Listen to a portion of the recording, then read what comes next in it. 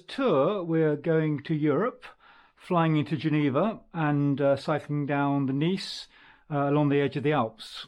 So this is the gear I take for all my tours, but I'm going to leave some of it behind for this year. So what I'll do is I'll go through my gear, and because obviously going to Europe is slightly different because I'm flying. So I've got some special gear for flying, obviously some European type kit that I need as well. So we'll start with the gear I'm going to wear on the day. So obviously I have my cycling hat, my helmet, my gloves. I'm going to wear a shirt, a pair of cycling shorts, overshorts, got my cycling shoes and my cycling socks. So they're for wearing on the day. And then I have things that are sort of electronic. Some of them go into my cycle bag. Some of them go into one of my panniers. So obviously my phone. I have a camera with a couple of spare batteries. I have some spare batteries here for my head torch, which is this, which is a very nice, neat design from Pretzel, and takes 3 of those AAA batteries. I have a little plug here, which is handy, UK plug, and of course the 2 adapters to take the UK plugs. I have this fantastic, quite heavy though, 20,000 charger. The benefit of this is you can charge it with 2 different plugs for double the speed of charging, one micro USB and one USB-C plug, and then you can charge 3 devices at the same time, and it has a torch as well. So that's great. And then in the pocket on the side of this, I have the cables I'm going to need while I'm in Europe. So I have a nice little USB-C cable, which also doubles as an Apple cable, although I don't have any Apple devices. My cycling partners do have Apple devices. I have a little micro USB plug. Actually, I don't think I've got any micro USB anymore. And I have a plug for my Garmin watch, which is where I'm going to be doing all my navigating and tracking all my daily routes. The benefit of a watch over, say, using your phone, of course, is that this watch has a 10-day battery life. Although if you're tracking your daily routes on it, then you will get through that battery pretty quickly using GPS. So I tend to charge it every day when I'm cycling, but it's got a tremendous battery life. You try tracking a 9-day ride on your phone, and you might well find yourself running out of battery. I carry my fast charger for my phone. So I've got, as you can see, I'm a bit obsessed by getting things charged up and not running out of power. My fantastic Kindle, which is the best cycling companion, because of course it's got a nice little backlight, so you can read it in your tent. Lasts for weeks on a charge. And you've often got time to read when you're at the campsite and so on. So that's so much better than the old days when I used to have to carry a book, which I would read in the matter of a few days and have to replace. Little notebook, because obviously when I'm cycling, I have my phone switched off most of the time, so I don't use that. So if I need to take any notes, I have my notepad and my pen. And then I have a couple of these little bags, which I find very useful just for carrying stuff around in. I've got a pair of earphones if I want to listen to music, glasses cleaner, a USB adapter, which of course will take the USB from my Osmo Action, which is what I'm wearing, which is what I'm actually filming this on. I have a little GoPro tripod, which is also fits my Osmo Action, which I am hoping to use for some roadside video. I carry a pair of reading glasses, just in case my ordinary glasses, anything happens to them. This is a very neat little clothesline, which is handy for drying all your clothes off, and obviously a pen knife, which has all the different things you need. Make sure that does not go in your hand luggage. You will have that taken off you if you take that onto the plane. And a little bag for putting odds and ends in. So basically that stuff is divided between a pannier and my handlebar bag. I also have my snack bag, absolutely critical. So you'll see, essential, as you can see, this is Italian salt, I believe, could be French salt, because the one thing we discovered we needed when we're touring is salt, believe it or not. Tea bags are the other essential, because I like a cup of tea in the morning when I wake up, and sort of general snacks. I'm addicted to naked bars, and I like these. They just, if you run out of energy, then that's handy. Okay, so that's stuff that I use day to day. Now we come to clothing. So I put all my clothing into my dry bag, my left-hand side dry bag. This year I'm experimenting with hats. I'm very concerned about getting my head burnt, although given the weather in England, I do wonder whether that's going to happen. So I normally cycle with one of these hats on because this protects my whole head and also protects the back of my neck. But this year I've got my helmet. So what I'm going to try and do this year is wear this underneath my helmet. And if you put it on backwards, and the back maybe will protect the back of my neck as well from the sun. Obviously, last thing I want to do is get a burnt head. But I've also got this, which I bought at the Cycle Touring Festival, which I might give a try. It just feels a little bit warm, though, I have to say. I think I'm going to sweat a lot if I try wearing that, but I might give it a try for one day. And I've got a peak cap there just in case, because I like to have a peak cap to wear. I've got some hankies, I've got a fleece. I'm hoping the weather's going to be scorching hot and I won't need that, but certainly at night, and we're going to be quite high altitude some of the time, it can get quite cold. I've got swimming trunks, not the most attractive swimming trunks, but in France, some swimming pools are quite fussy about what sort of swimming trunks you're allowed to wear. They don't allow you to wear those sort of long American type swimming trunks. They allow you to wear these sort of tight figure-hugging swimming trunks. They're not exactly very attractive, particularly when you've got a figure like mine, but nevertheless, I'd rather wear those than get turned away when I'm looking forward to a nice swim after a long day in the saddle. Some underpants. I've got a couple of shirts. I've got a spare pair of cycling shorts. I'm carrying these. These are just sort of cycling longs, just in case it does get cold at night. I normally carry trousers, but they're awfully heavy trousers. So I'm going to try and do without them this year and carry these instead. I can wear these under my shorts. I can wear them on their own. And they also double as cycling shorts, longs if I need them. A pair of pajamas, always wear pajamas, mainly because it means my sleeping bag doesn't get dirty. And I'm carrying a waterproof jacket, which I'm hoping I'm not going to need, but we certainly rarely get away without at least one wet day. So that is basically all the clothing I'm taking. Most of the weight seems to be taken up with my tools. Because we're going to France and I'm flying, I've got my pedal remover, very heavy. I hate carrying that, but you have to remove your pedals when you're flying. I've got my toolkit. This is made by my mother, specifically for this purpose. So I've got all my puncture repair stuff. I've got my irons. I've got screwdriver. This is because I'm riding a Thorn. This is for the nut on the bottom of my bike. I've got some Allen keys and so on and so forth. So thanks, Mum. That is a marvellous thing. I've had that for years and years and years, and it's been on every single tour. Of course, the obligatory greasy rag. With any luck, I won't need these, but I'm very much into blowing up because I'm on a tour with they are 26-inch wheels. They take a hell of a lot of blowing up. So although I have got a pump, these get me going. And these CO2 things get me going. And yeah, I've got odds and ends. I think I've got a pair of gloves in there. I can't remember what I've got. There's some powder or something in there. I don't even know why I carry some of this stuff. Spare inner tube. I have had one of these fall off in the past. This is a cleat. I have had one fall off in the past, and although I've just noticed I don't seem to have a screw for that, so that's probably not going to work. I've got some oil.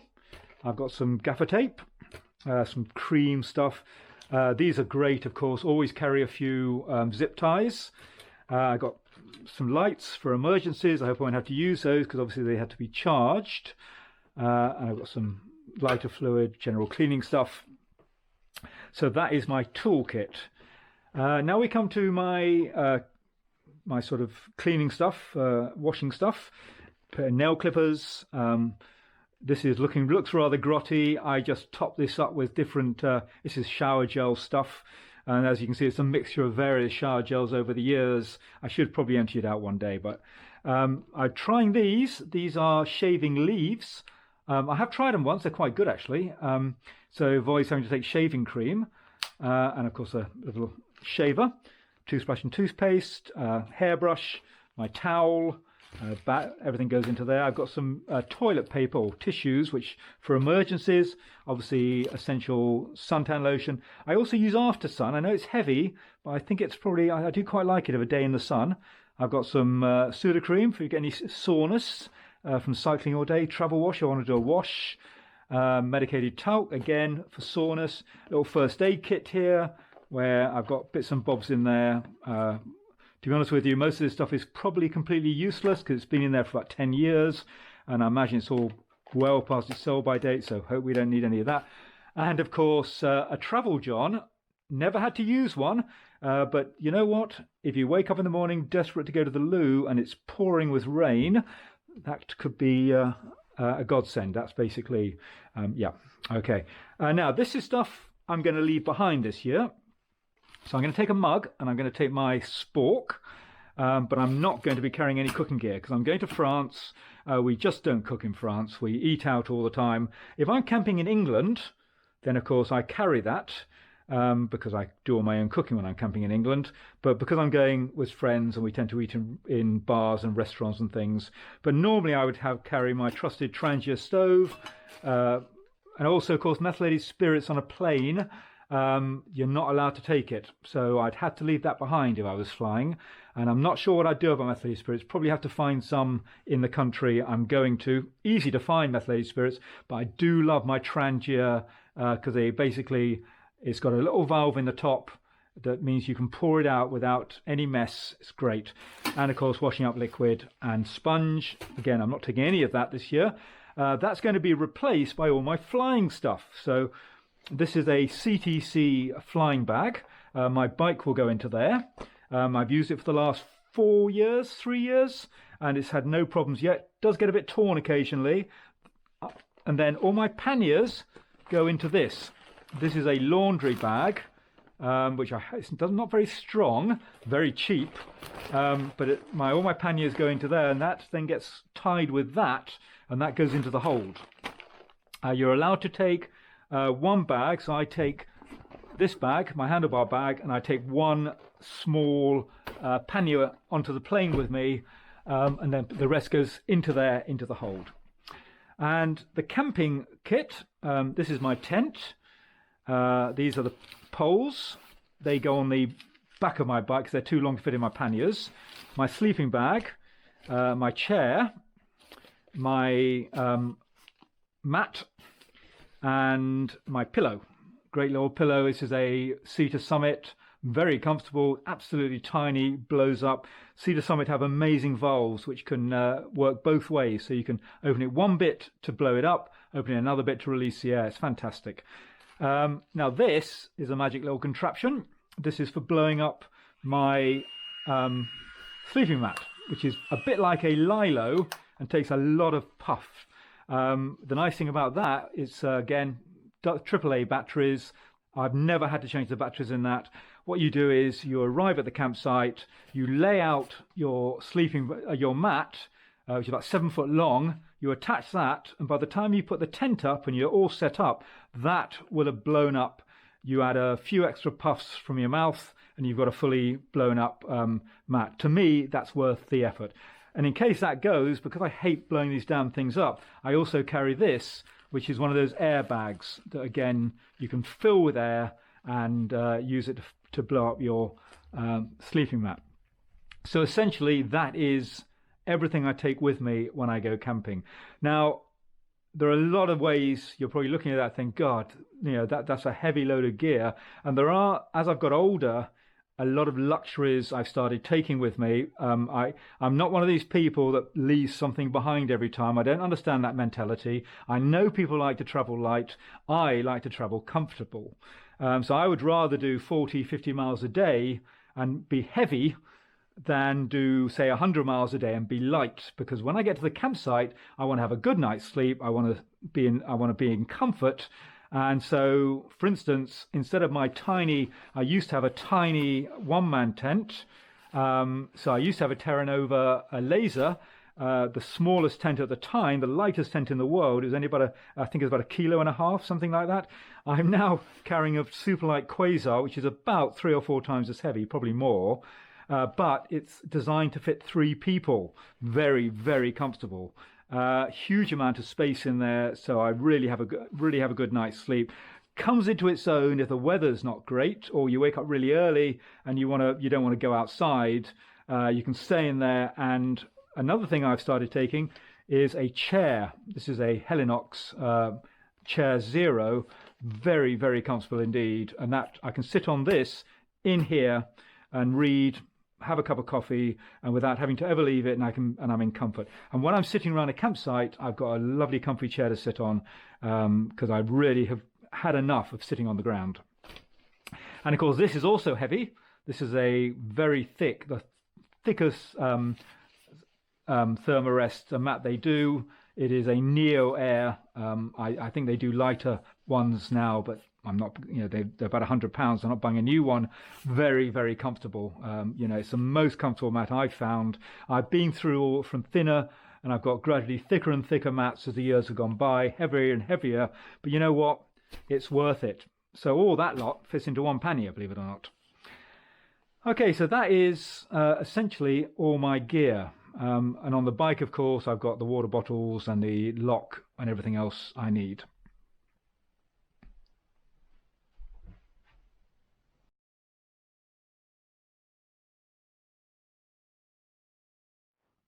Right, let's look at getting all this stuff packed away into my panniers. So if I start with my wet pannier, so this is where any sort of stuff that's likely to get wet will go. That will fit my sleeping bag. So the first thing I do is the first thing actually I do is put these in here. So obviously when I'm cycling, I will have to carry my, I will have to carry that, and I will have to carry that as well. Now I have used this as a ground sheet, but it did get rather filthy dirty. I can't decide. It's nice to have something protecting the bottom of my tent, because I don't actually have a ground sheet. I've always had a ground sheet in the past, but with this tent I've never got around to getting a ground sheet. This pushes down into the bottom of, you can hear the air coming out, and actually goes down to really not very much. And then all of these can just sit on top of here. So there we basically have it. And then onto there. Oh, and I forgot to mention actually, when I was talking about packing, my shoes, these are waterproof sandals. A lot of people don't bother taking a spare pair of shoes. I like to take my cycling shoes off at the end of the day, and I like to put these on or go barefoot. The nice thing about these is if you're going swimming, you can take them in the water with you, and doesn't matter how rocky it is, you can still get a good swim in. So I carry them even though I know they are a bit heavy.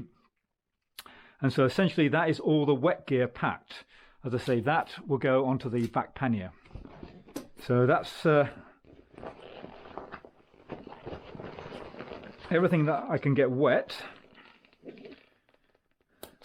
in there. So that's one pannier filled. And then my second pannier is for dry stuff. So that is all my clothing. So I try to be organized and have the stuff that I'm going to use most often, but really all I do is just chuck the whole lot in. And then when I get to the campsite, I sort it out then. So basically everything goes in here.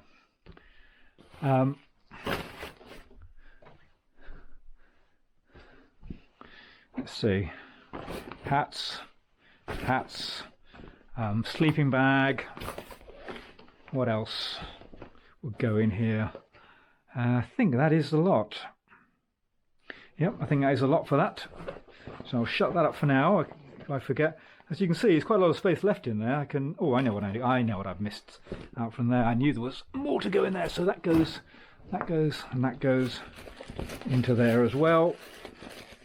My pillow and my inflating device. Okay, So that is pannier number 2 done.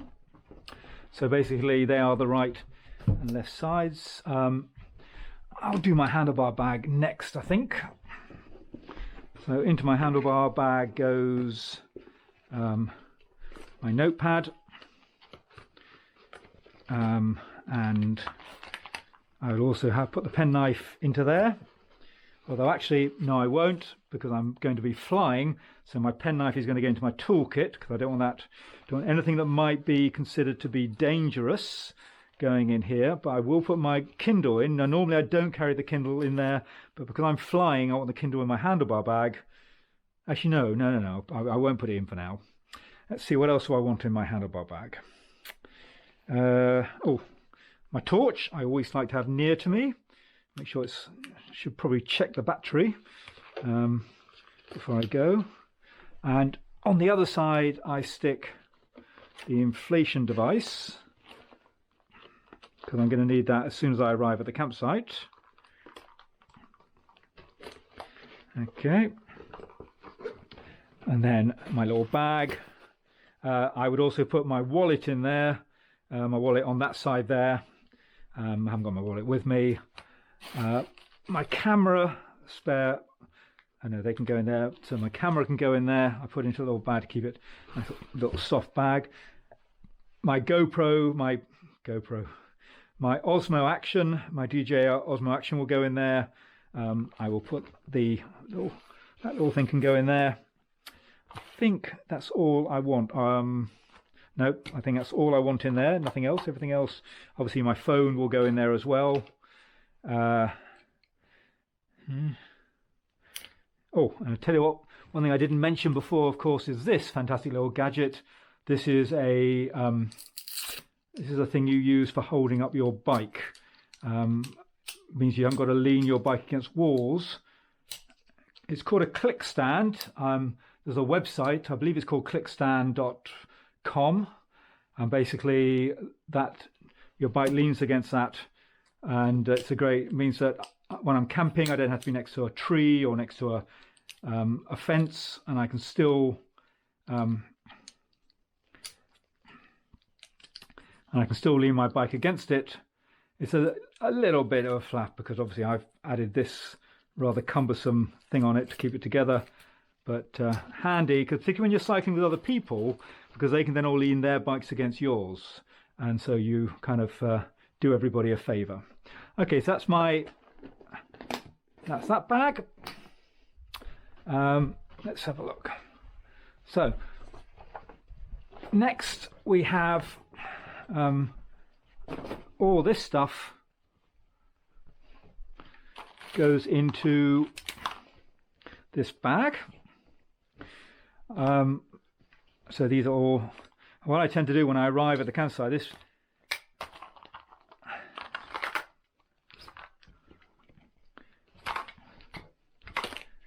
Okay, all that goes into there, including that, and I put another bag in there.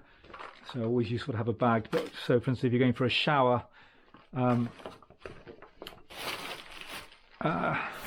the washing stuff goes in there as well. So I put things I'm going to use every day for showering go in here. So for instance, that will go in here. The brush will go in here. I like to shave every day, so toothpaste and toothbrush go in here. These are things I do every single day. And actually, no, I might leave those out. But basically, this little bag is all I need to take into the shower room with me at the end of every day. And then those need to be easily available. But the rest of these can all...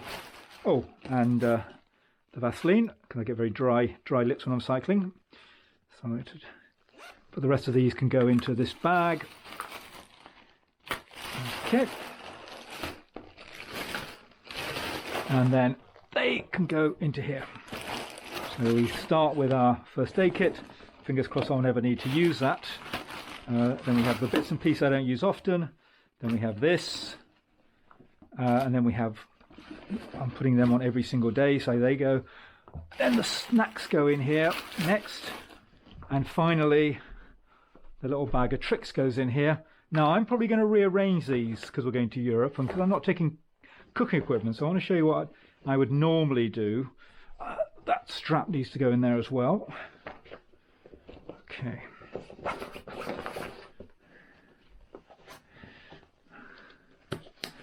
Okay, and then in the last bag we have the toolkit.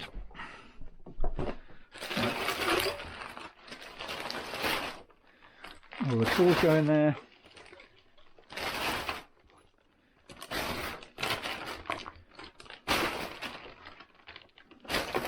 Basically everything else just gets chucked in here, and that goes into there along with the pump. And if I was camping in the UK, then this would also go in there. So my cooking equipment, I'll put it in just to show you how it all does fit together. So if I was going to say go flying and cooking, this will all go into here, washing stuff, and we are done. So there are all my panniers packed and ready to go.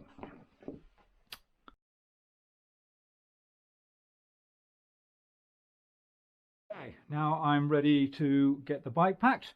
So these I'm going to leave up here because obviously I'm getting it dressed into those, and I'll be carrying my pannier bag, my front bag with me.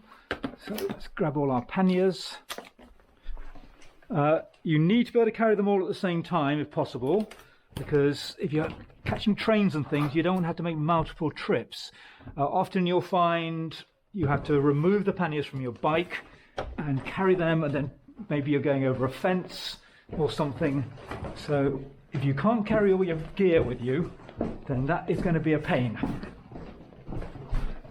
Okay, so here's the bike. As you can see, I have the famous Cycle Touring Festival water bottle, which I have to include in all my photographs to make sure that label is facing to the side. Let's get the pannier on.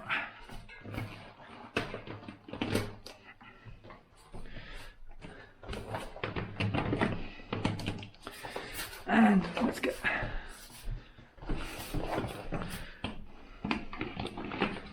front panniers on.